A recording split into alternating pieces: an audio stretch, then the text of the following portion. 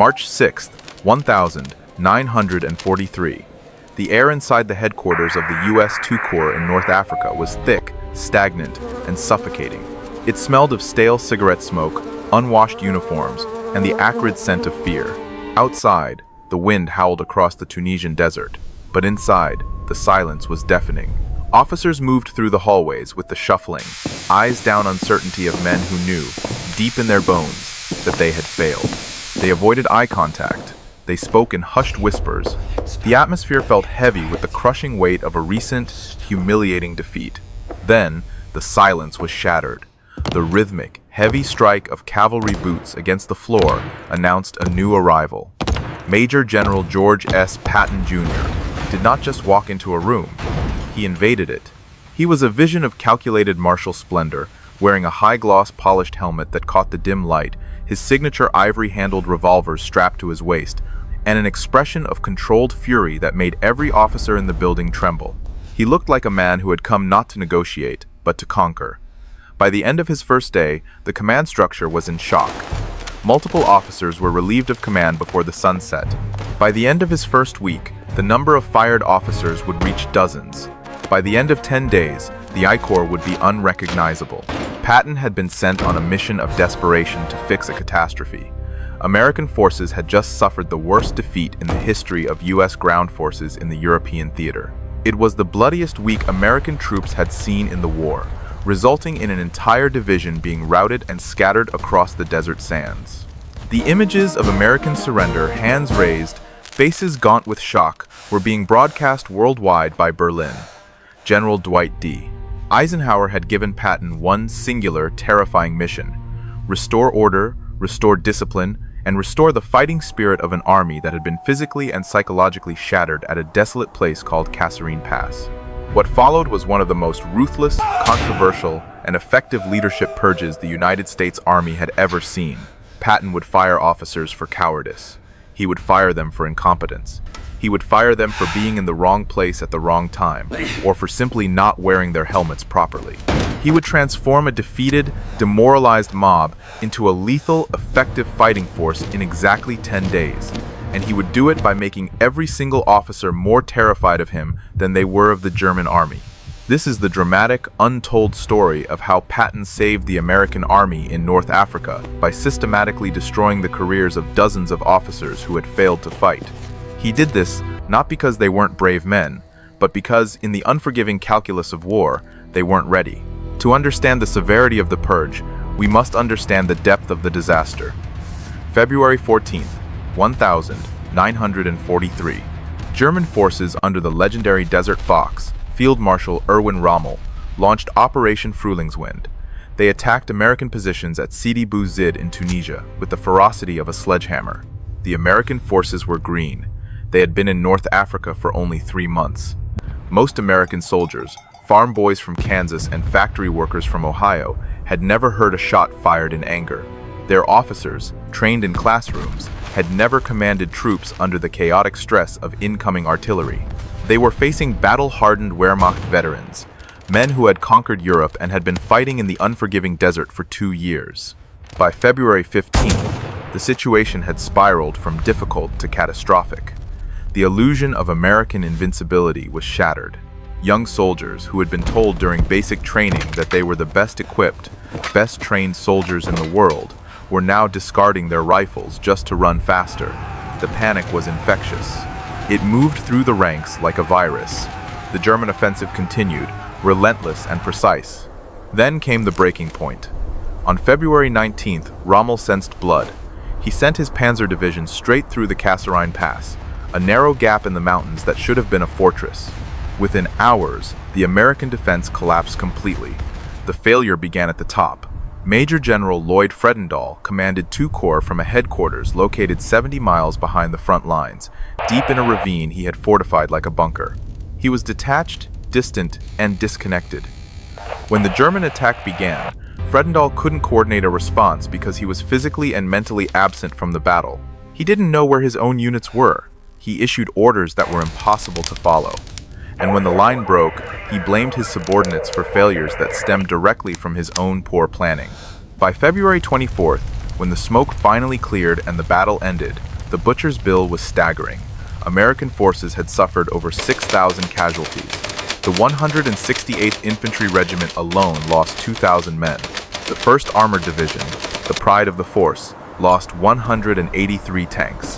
Hundreds of Americans were captured, marched into captivity, and paraded before German cameras for propaganda newsreels that played in cinemas across occupied Europe. The geopolitical consequences were dire. British commanders openly questioned whether American troops could fight effectively at all. German commanders concluded that Americans were poorly led, undisciplined, and easily defeated. The alliance was shaking. Something had to change, and it had to change immediately. Eisenhower knew exactly who to send.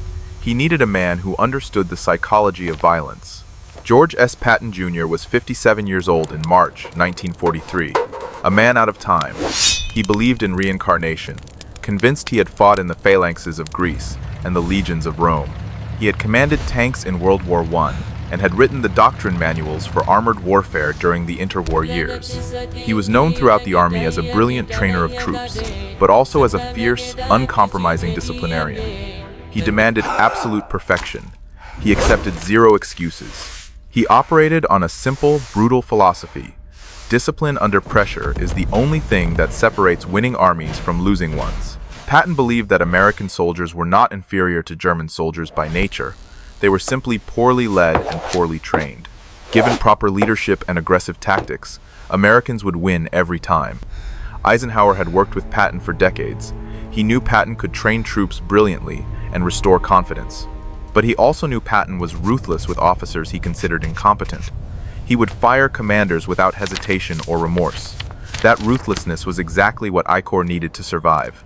On March 6, 1943, Eisenhower relieved Fredendall of command and appointed Patton as the new commander of II Corps. Patton's orders were deceptively simple. Fix this. Make them fight. Do it fast. Patton's first directive was issued within hours of his arrival, hitting the Corps like a shockwave. Every soldier in II Corps would wear their helmet and full combat gear at all times. No exceptions. Not in the latrines, not in the mess hall, not in the rear area. The first officer he fired was a colonel sitting at a desk without a helmet, typing a report. He didn't even have time to stand and salute. Patton glared at him and told him to pack his belongings and report to the rear immediately. 20 years of honorable service ended in one sentence. Officers who appeared without leggings or with unbuttoned pockets were relieved on the spot. Within 24 hours, the visual transformation was startling. Every person at I Corps headquarters looked like they were ready for a combat inspection. Why did Patton obsess over helmets and ties while men were dying? It wasn't vanity, it was psychology. Patton understood that if you allow men to be sloppy in their dress, they will be sloppy in their maintenance of weapons. If they are sloppy with their weapons, they will be sloppy in their tactics. And if they are sloppy in tactics, they die. Patton's second directive concerned saluting. Every soldier would salute every officer. Military courtesy would be enforced rigidly. That night, Patton met with his senior commanders in a room charged with electricity. He told them the hard truth. American soldiers hadn't failed at Kasserine. American leadership had failed them. March 7th, 1943. Patton didn't stay in the bunker. He drove to the forward positions of II Corps. He wanted to see for himself what the tactical situation looked like and, more importantly, how his officers were performing under the stress of proximity to the enemy. At the 1st Battalion headquarters he visited, the commanding officer wasn't present. He was back at the division command post, seeking comfort and better food. His executive officer, terrified by Patton's presence, didn't know exactly where all the battalion's companies were positioned on the map. Patton relieved the battalion commander immediately, in absentia. He turned to the executive officer, appointed him acting commander, and told him with ice-cold precision that if he didn't know his positions by tomorrow morning, he'd be gone too. At the next position, Patton found a company commander who had established his command post 500 yards behind his forward platoons, safe in a dugout. The officer stammered, explaining he needed to be positioned where he could coordinate communications via radio. Patton cut him off. He told him a company commander belongs with his lead elements, not hiding behind them. If you can't see what your troops are seeing, you can't lead them effectively, Patton roared. The officer was relieved on the spot and sent to the rear. Over the next 3 days, Patton was a whirlwind. He visited dozens of positions, covering hundreds of miles of desert track. He fired officers who weren't at the front. He fired officers whose defensive positions were poorly organized or dug in too shallow. He fired officers who couldn't answer specific questions about their tactical situation or the enemy's likely avenues of approach. Patton also began evaluating his division and regimental commanders with a predatory gaze. He would watch them closely during the upcoming operations. Those who performed well would be promoted. Those who hesitated would be relieved. Major General Orlando Ward of the 1st Armored Division was among those under intense scrutiny, feeling the hot breath of Patton's expectations on his neck. The message spread through I Corps instantly, faster than any radio transmission. Get to the front, know your positions, be ready to answer the general's questions, or you're done. Every time a jeep engine sounded in the distance, officers tensed, scanning the horizon for the dust cloud that signaled Patton's arrival. They knew there would be no second chances. You were either a leader, or you were heading home in disgrace. The effect on morale was complex and profound. Some officers were terrified, paralyzed by the fear of making a mistake. Others were energized. Soldiers in the ranks, the privates and sergeants, saw something they hadn't seen before. Leadership was being held accountable for the Kasserine disaster. The army was learning a harsh, necessary lesson. Defeat had consequences. Poor leadership had consequences. And Patton was making sure everyone understood those consequences personally. Patton didn't just fire officers. He implemented immediate tactical training to fix the structural problems that had caused the Kasserine defeat. American tank tactics had been passive and defensive, treating tanks like mobile pillboxes. Patton changed this overnight. Tanks would be used for aggressive maneuver, flanking, and rapid exploitation of enemy weaknesses. Artillery coordination had been chaotic at Kasserine, with requests for fire support taking hours to process. Patton demanded that fire missions be delivered within minutes. Infantry tank coordination was practiced daily in live fire drills. American infantry had panicked when German tanks appeared at Kasserine because they didn't know how to fight alongside their own armor units. Patton emphasized speed and aggression. American forces would not sit in defensive positions waiting to be attacked. They would attack first, attack hard, and keep attacking until the enemy broke. That opportunity came faster than anyone expected. Eisenhower approved Patton's request to launch an offensive operation toward the town of El Guitar. The attack was scheduled for March 17, 1943. That gave Patton exactly 11 days from taking command to launching a major offensive against a dug-in enemy. However, the purge was not indiscriminate. Not every officer was fired. Patton possessed an uncanny ability to identify subordinates who understood the brutal nature of combat leadership. He found the fighters and promoted them to larger responsibilities. Major General Omar Bradley had been sent to North Africa by Eisenhower as a special observer during the Kasserine battle. Bradley's job was to assess the situation and report back on command performance. His observations had been clear-eyed and accurate. Eisenhower trusted Bradley's judgment completely. After Kasserine, Bradley had recommended Patton as the right man to fix A Corps. Now Patton was making Bradley his deputy commander. Bradley, the GI's general, would handle much of the complex staff coordination, while Patton focused on tactics, inspiration, and leadership. It was an effective partnership of opposites that would continue through the rest of the war. Several battalion and regimental commanders who had fought well during the chaos of the broader Kasserine period were identified for key positions. These were officers who had maintained discipline under pressure, leaders who had kept their troops fighting even when the situation was desperate and communications were cut. These officers became Patton's cadre. He placed them in key positions throughout I Corps. They understood what he expected. They could train other officers in aggressive tactics. They had already proved themselves in the crucible of combat. Patton's personnel decisions were brutal, yes, but they were not arbitrary. He wasn't firing officers randomly to satisfy an ego. He was removing officers who couldn't perform and promoting officers who could. The junior officers and NCOs of II Corps noticed this pattern immediately. Competence was finally being rewarded. Failure was finally being punished. If you fought well and led effectively, Patton would promote you, regardless of seniority. If you failed to lead or showed cowardice, you were gone. This created exactly the culture Patton wanted, a meritocracy of violence. Officers competed to prove themselves. Nobody wanted to be the next one relieved. Everyone wanted to be recognized as one of the aggressive leaders Patton valued. By March 15th, Patton had begun reshaping 2nd Corps' command structure. Corps' headquarters staff had been replaced with men who worked at Patton's frantic pace. Battalion and regimental commanders were being evaluated hourly. But changing personnel was only half the battle. Patton still had to change how these men thought about themselves. The most important change Patton created wasn't tactical, it was psychological. American soldiers stopped thinking of themselves as defeated victims and started thinking of themselves as dangerous predators. Patton's command style was deliberately theatrical. He gave profane, fiery speeches that shocked the sensibilities of the more religious soldiers, but ignited a fire in their bellies. He projected absolute, unshakable confidence that American forces were superior to any enemy, including the dreaded Germans.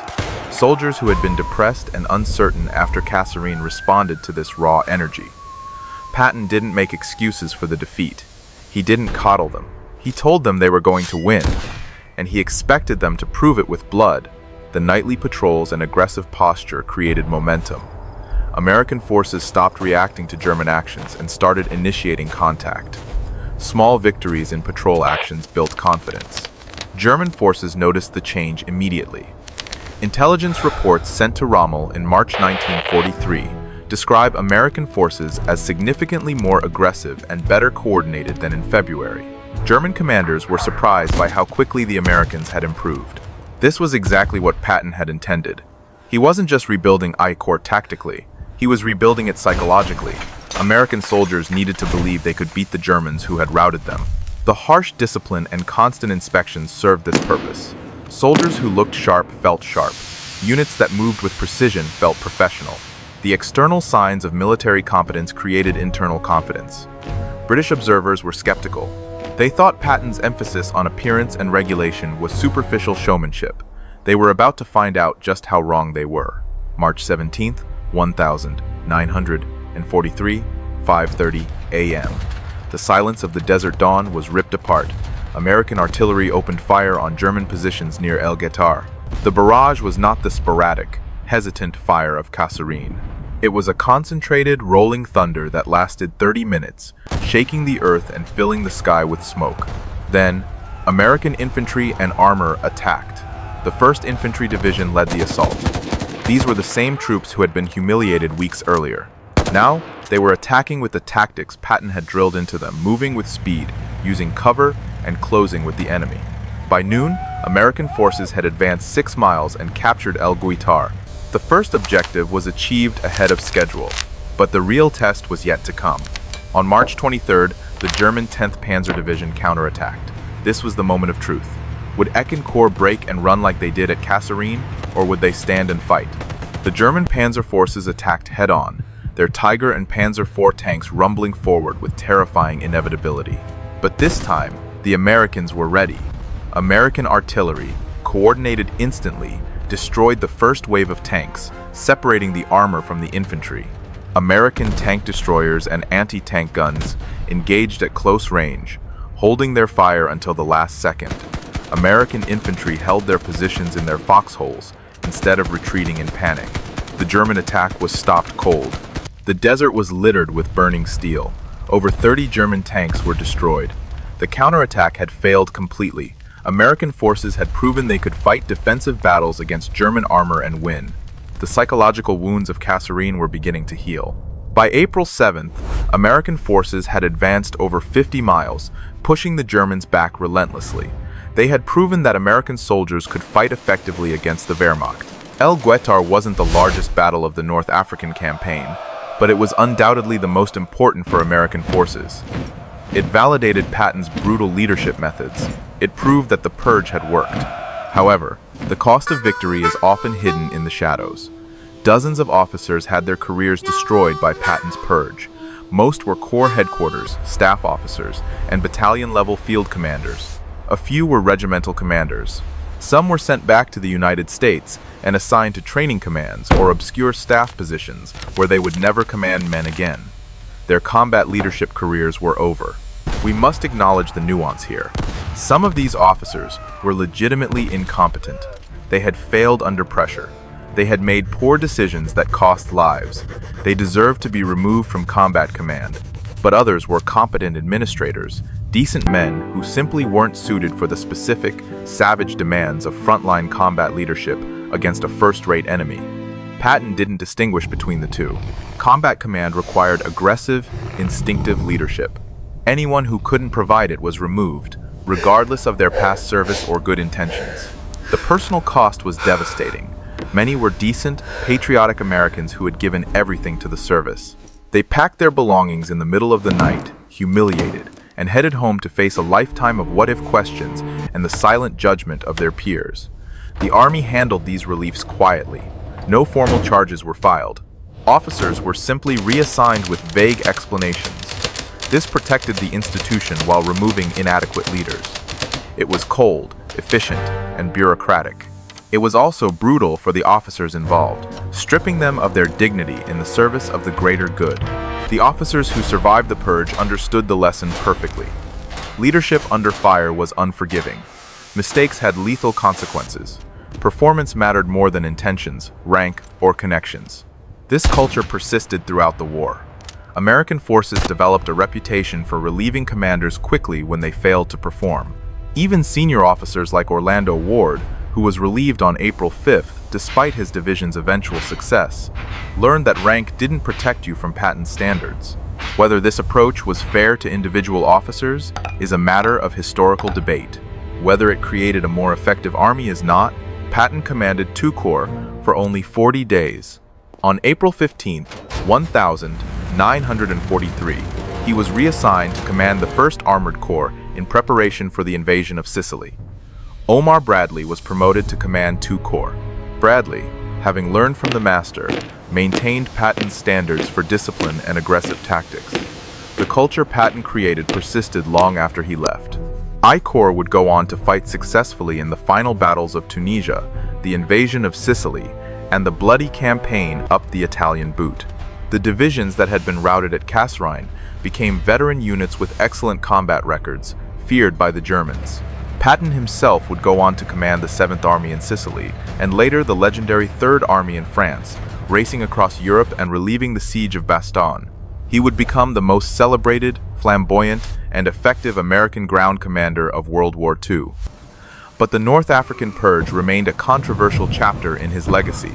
Some officers admired Patton's ruthless accountability, seeing it as the necessary surgery to save the patient. Others believed he had destroyed careers unnecessarily, acting as a tyrant, but the result was undeniable.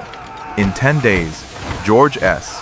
Patton had taken a defeated, demoralized organization and turned it into an effective fighting force. And when I Corps attacked at El Guitar, those soldiers were fighting not just for their country, but because Patton had finally made them believe they were worth fighting for. He had broken their officers to save their souls, and in doing so, he saved the army.